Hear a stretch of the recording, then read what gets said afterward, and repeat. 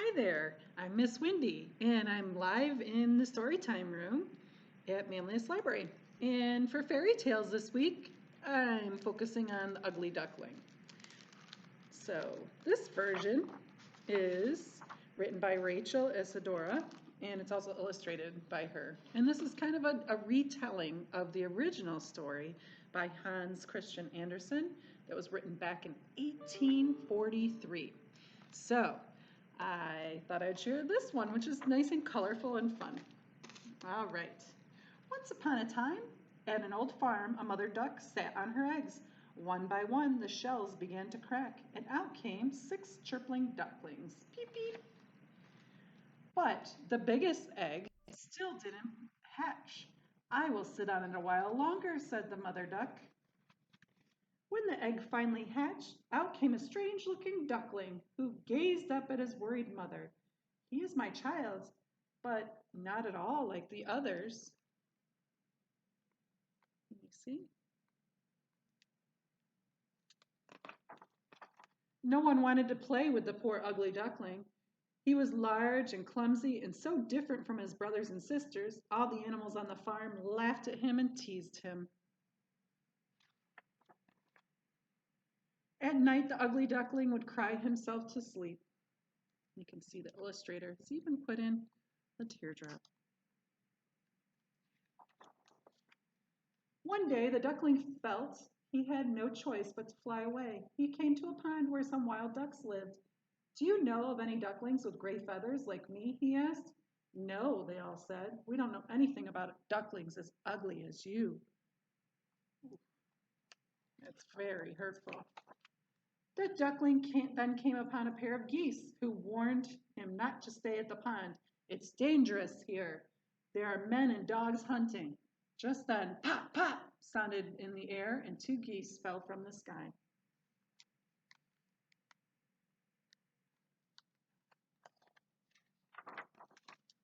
The frightened duckling tried to hide, but a large dog ran up to him. The dog's jaws were open, showing his sharp teeth.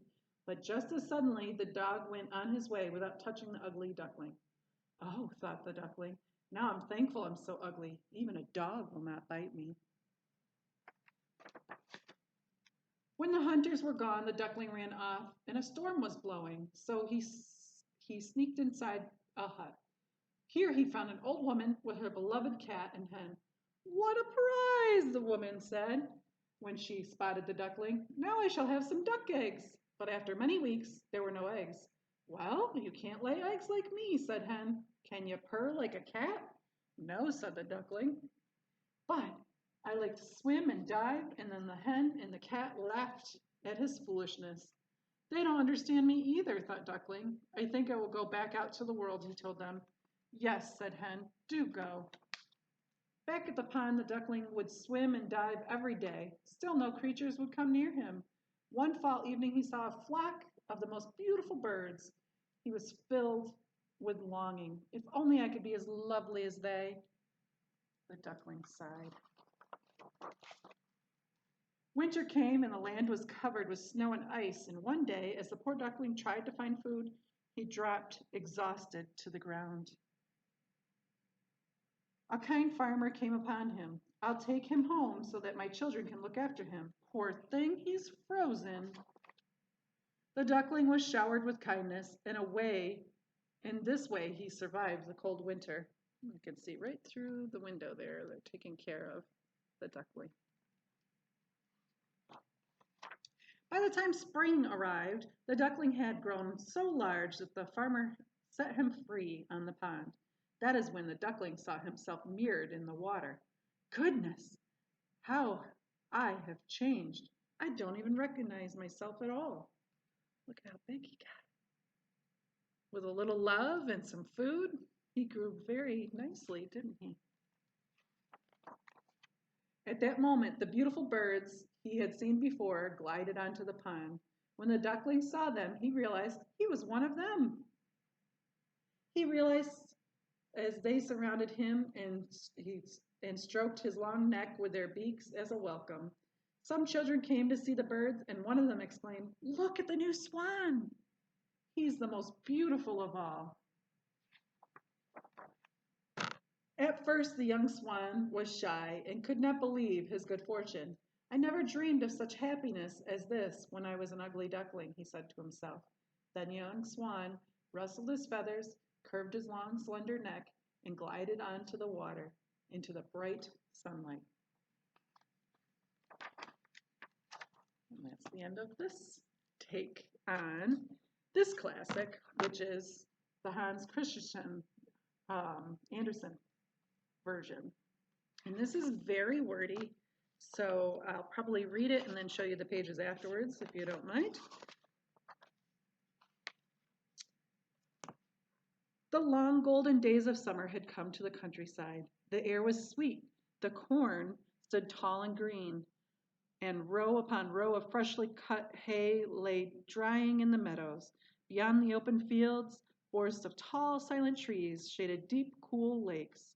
Storks strutted through the marshes on the long red legs, and little birds flew overhead chattering. On the hilltop, bathed in the sunshine, stood an old mansion surrounded by a moat. Along the stone walls of the moat, a huge burdock with huge burdock plants with leaves as big as the planters grew thick and tall. Beneath their leaves, it was like a sweet room, a secret room. In the way that the author in the original story, you can see he's really setting up our setting, isn't he? A mother duck had made her nest, and she sat waiting for eggs to hatch. She had been sitting a long time, or so it seemed to her, and she missed the company of all the other ducks. But she knew that soon she would have a brood of lovely ducklings to watch over, and so she sat patiently on her nest beneath the burdock leaves. At last the eggs began to crack, and from each emerged a clumsy little duckling, all damp and unsteady on its big webbed feet. In no time at all, the feathers dried, and they looked like little yellow puffs as they scuttered about. Quack, quack, said the mother duck. Beep, beep, said the ducklings, as they answered and stared at their leafy green shelter. Their mother let them look as much as they liked, for green is good for the eyes. How big the world is, peeped the ducklings, shaking out their tiny wings and enjoying the freedom that they now had outside their eggs. Oh, my little sillies, do you suppose that this is all there is to do in the world? Why, it stretches way beyond the other side of the garden, though I had never been that far before myself. The mother duck counted her children. You are all here now, aren't you? Then she got up from her nest. No, you're not all here. There's still one egg unhatched, and it's the biggest egg of all. Oh, I'm so tired of waiting. But then she settled back down to keep the last egg warm beneath her feathers. So that was very similar to the new take of the Ugly Duckling in that the last egg didn't hatch, right? Just then the old duck came by to say, "Good morning. Well, how are you doing?" she asked. "Look at my children," said the mother duck proudly. "Aren't they the finest ducklings you've ever seen? Though my last one is taking such a long time to hatch." "Let's see that egg," said the old duck. "Ah, that's a turkey egg for certain. I know because the same trick was played on me. And such a trouble I had. The foolish young turkey was afraid of the water, and I, as try as I might, could not get him to swim. I begged and I scolded, but no use." The old duck shook her head. "Yes, I'm sure that's a turkey's egg. If I were you, I would let it be and teach my real ducklings how to swim." "But I already waited so long," said the mother duck. "I may as well wait just a little longer." "Well," the old duck said, "please yourself." See, they're all looking at the egg.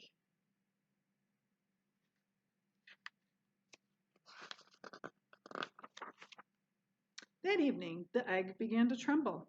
Then it cracked open, and with a cheep cheep, out tumbled the last duckling. Just like the others, he quickly shook his feathers dry and grew steady on his feet. But how big he was, and all gray, and compared to the other ducklings, how ugly. The mother duck just looked at him. Can he be a turkey chick after all? She wondered. Well, we'll soon find out, and in the water he'll go, even if I have to push him in myself.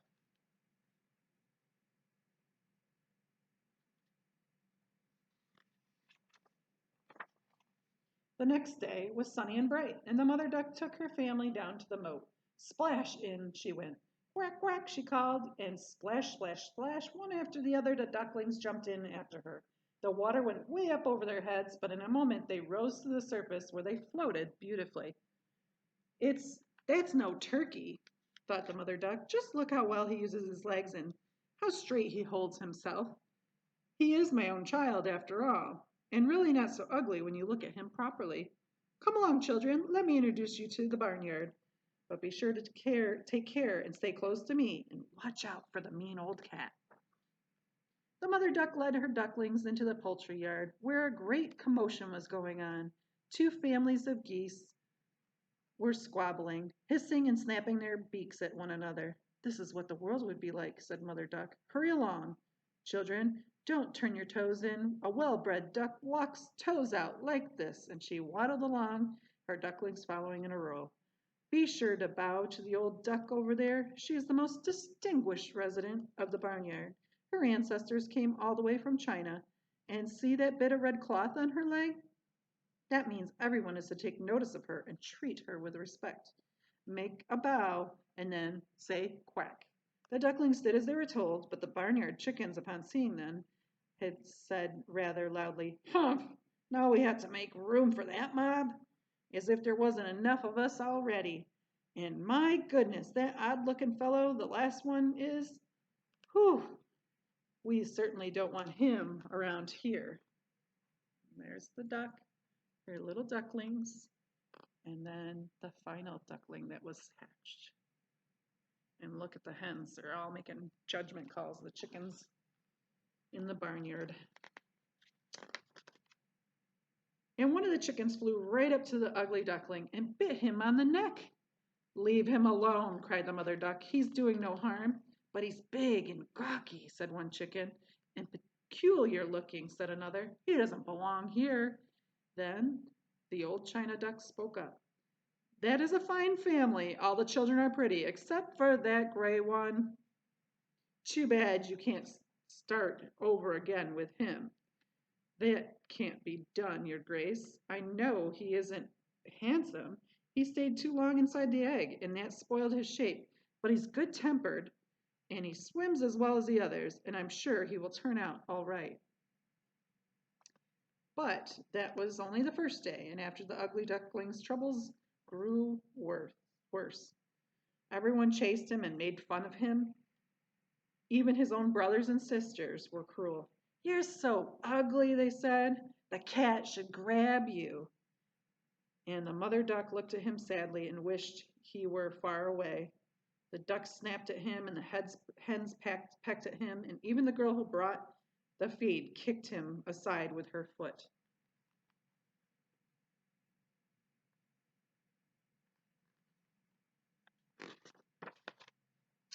Early one morning, the duckling decided to run away. He scurried under the fence, so startling the wild birds who roosted in the bushes that flew into the air crying. They're afraid of me because I'm so ugly, the duckling thought as he struggled across the meadow. At last he reached a great marsh where wild ducks lived. He hid among the reeds and lay there all night, exhausted and alone. In the morning, the wild ducks flew over him. What sort of creature are you? They asked. The duckling greeted them as politely as he knew how. I'm a duckling. What a strange looking one you are. But that won't matter to us as long as you don't marry into our family. With a great flutter of wings, the wild ducks flew away, and the poor little duckling had no thought of marrying. He only wanted a quiet place to rest and a little water to drink. For 2 whole days he stayed in the marsh, and nobody bothered him.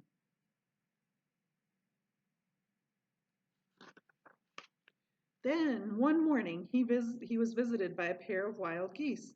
They were lively and talkative. Listen, friend, why don't you come with us to the other side of the marsh, where the wild geese live? They are so pretty that, ugly as you are, they might like you. The 2 young geese turned to lead the way when bang, bang! Shots suddenly rang out above them. Bang, bang sounded again, and the great flock of wild geese flew up from the rushes. The hunters were everywhere, even in the trees overhanging the reeds. So that's pretty similar to our newer version that we read first, right? That there was hunters. The smoke flew from the guns, rose in the air. Then the dogs came splashing through the marsh. The poor duckling was terrified, and he was about to hide his head under the wing when a huge dog was upon him. His great tongue hung out of his mouth. Its eyes gleamed horribly. It pushed its nose right to the face of the duckling. Then off it went. I'm so ugly, even the dog doesn't want me. This sounds very similar to the other story. And he lay very still while the gunshots echoed across the marsh. It was late in the day before the shooting stopped, but it was a long time before the duckling dared move.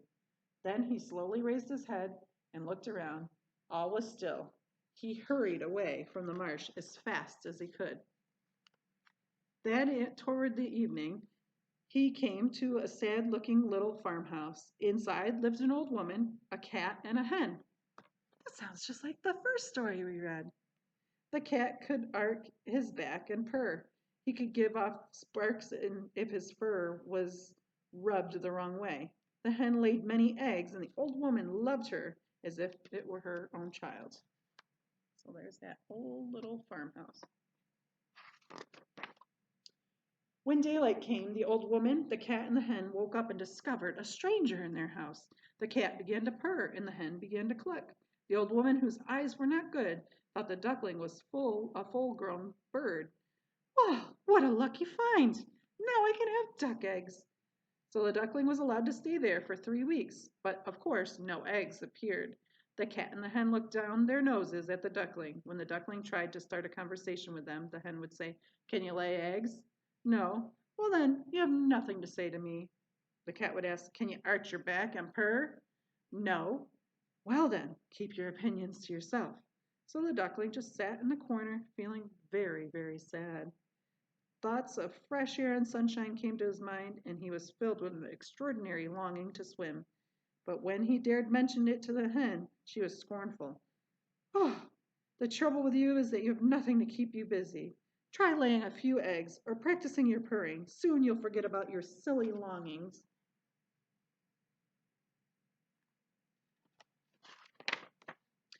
But it is so wonderful to swim and to feel the water rushing over your head, and when you dive to the bottom, "You must be crazy," said the hen. "Ask the cat about it. He's the cleverest creature I know.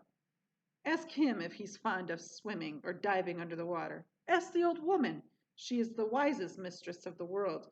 Do you think she has any desire to swim or dive?" "You don't understand," said the duckling. "If we don't understand, I'd like to know who does," said the cat. "You'll never be as wise and clever as we. Don't be foolish. Give thanks for all the kindness you have met here. You have a fond and warm room and pleasant company. You might even have learned something from us if only you'd listen. But no, all you do is talk of nonsense. Now try to be more cheerful and lay a few eggs." "I think I had better go out into the wide world," said the duckling. "Well, then go," said the hen. So the duckling went. He did not have far to go before he found a beautiful pond. He swam and he dived, but whenever he tried to swim, the other ducks, they turned away from him because he was so ugly.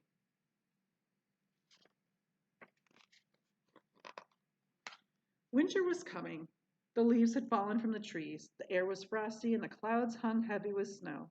A raven, perched on the fence, squawked caw, caw, because it was so cold.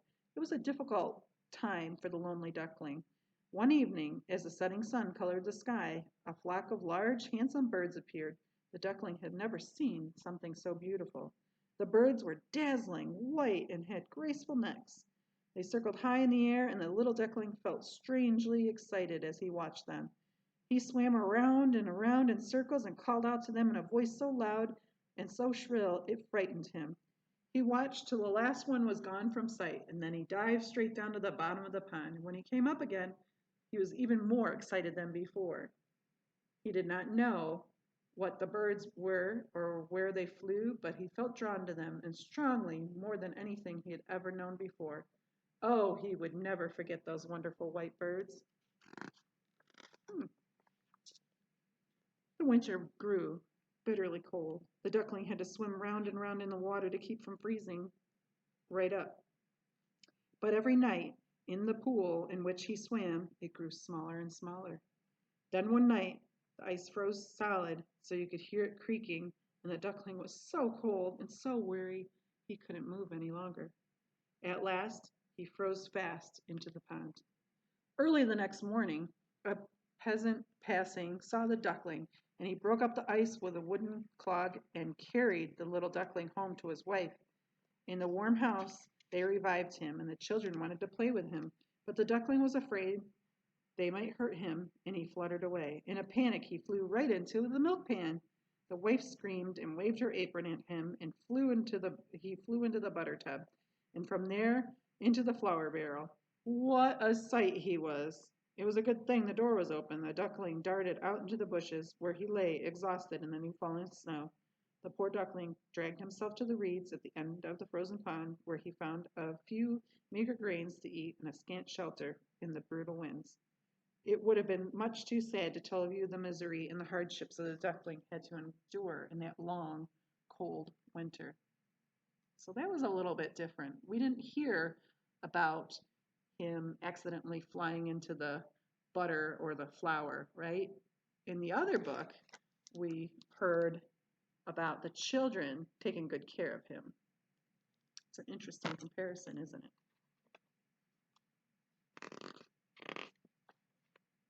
Spring finally came again to the countryside. The duckling woke up to find the sky bright and the larks singing. He tried his wings. They were stronger than before, and they carried him away swiftly. Before he knew it, he found himself in a large garden where apple trees blossomed and the sweet-smelling lilacs dangled their long branches over the waters of the lake. Right ahead of him, out of the leafy shadows, came three beautiful white swans, with their elegant heads held high. They glided lightly across the water. The duckling recognized the splendid birds and was overcome by a strange sadness. I will fly to them, even though they'll peck me to death, because I'm so ugly. Better to be killed by such lovely creatures than to be scoffed at by ducks and hens and kicked by servant girls. Better to die now than endure another cold, hard winter. So he swam out to meet the swans, and they came toward him with ruffled feathers. The poor duckling bowed his head down into the water. But what did he see in the water? His own reflection. He himself was a swan. It did not matter that he was born into a duck's nest. He was hatched from a swan's egg. The three lovely swans circled round and round and stroked them gently with their beaks. Some little children came to the garden and threw bits of bread into the water. Then the smallest child cried out, "Look, a new swan, and the new one is prettiest of all."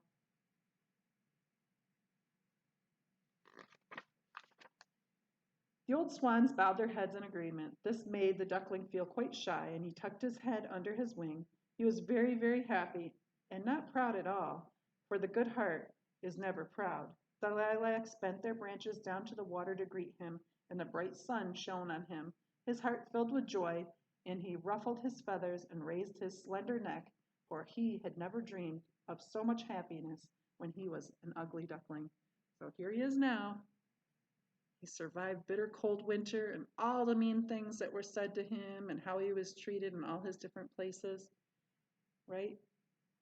That's what he was remembering.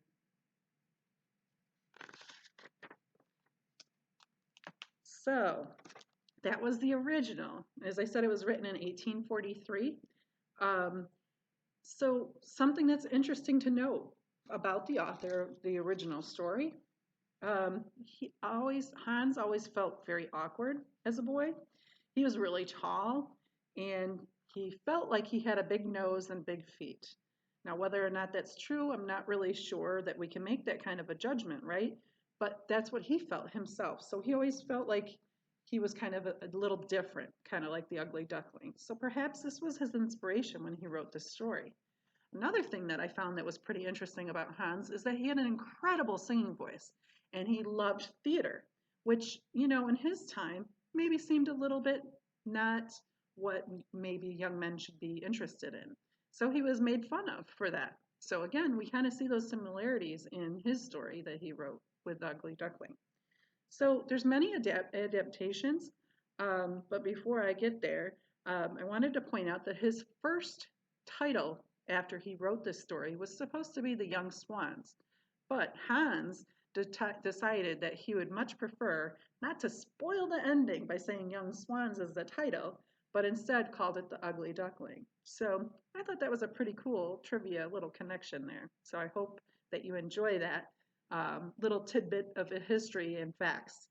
Um, Another couple of things that I wanted to point out were the adaptations, including Disney making an animated, kind of like a short animated film, and that was back in 1939. There was also different ballet renditions that were connected from a Russian composer who came up with some music and piano pieces to go with it. Um, so there's lots of picture books and other musical and ballet renditions that are connected to this story, and I invite you to find those other pieces and make your own comparisons as well. Be well, everyone. Thank you so much for joining me for Fairy Tales, and we'll see you next time. Bye.